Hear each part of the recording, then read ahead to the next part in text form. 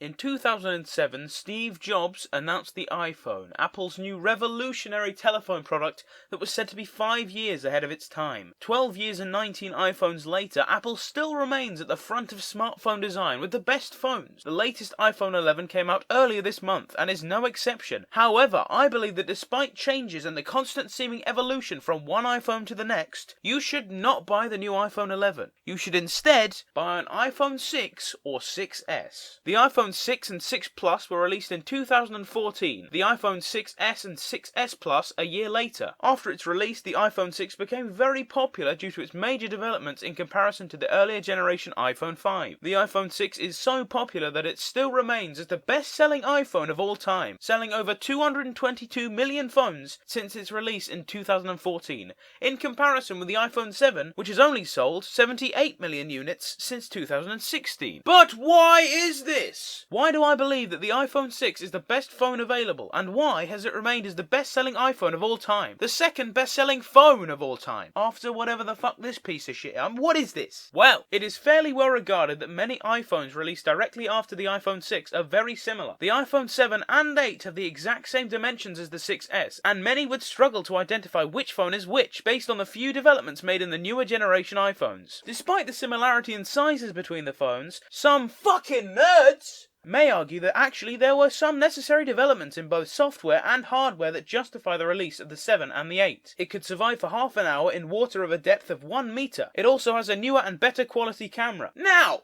I'm sure water resistance is a useful feature for some people, however I have never dropped my phone in any water at all. And I think it's fair to say that if I did, that's pretty much God's will at that point, alright? If you put technology in water, shit's gonna go south pretty quick. As far as the camera improvements go, I don't understand why Apple are so desperate to develop this technology. Even the newest iPhone 11's main feature is its new camera. Phone cameras will always be restricted to being inside a phone, and therefore will not be the consistent priority. If searching for picture quality, why would a genuine photographer choose to use a phone before an actual camera? I'll tell you why, Apple. They fucking wouldn't! Another feature missing from the iPhone 6 is the introduction of 3D Touch. 3D Touch allows the user to access main functions within applications without actually entering the app. This was a shortcut that was practical, but I wouldn't be surprised if you hadn't heard of it before, because it wasn't actually used by many people. In fact, on the newest iPhone 11, 3D Touch is so unpopular that Apple have completely removed this function from the phone in exchange for longer battery life. On the iPhone 8, the design was also very similar to the 6's and the 7. However, the back of the phone was now glass, and the camera quality was also upgraded. Also, iPhone 8 introduced wireless charging to phones, something that may be cool, but if you think about it, is actually far less practical than wire charging. Not only does it take much longer to charge because there's less power through the fucking...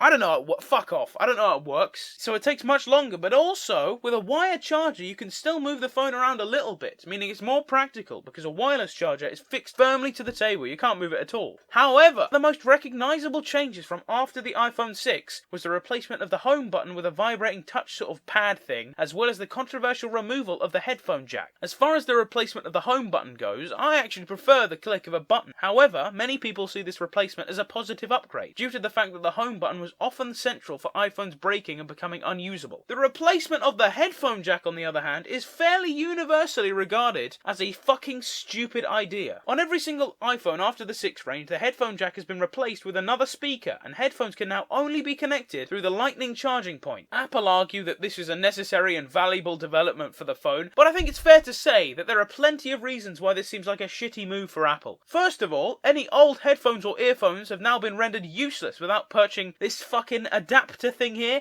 You know what I see when I look at that, alright?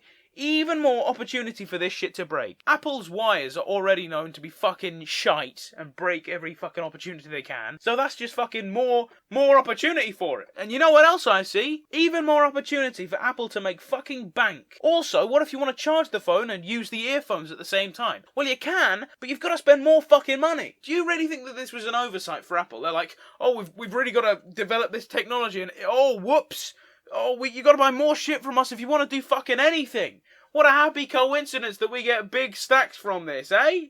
No, it was no coincidence, alright? Fucking Steve Jobs looking Jeff Bezos. No, it's no coincidence, and I don't want to fucking say this shit either. Do you know how easy it is to blame the big faceless corporation? Oh, they're so desperate to grab everyone's money and fucking steal from the poor and give to the rich. Apple genuinely seem to care about furthering technology, but the only way that I can interpret this is as an opportunity to sell more products. Look at Steve Jobs, alright? The man who created it all. That motherfucker been out here slinging computers from his garage.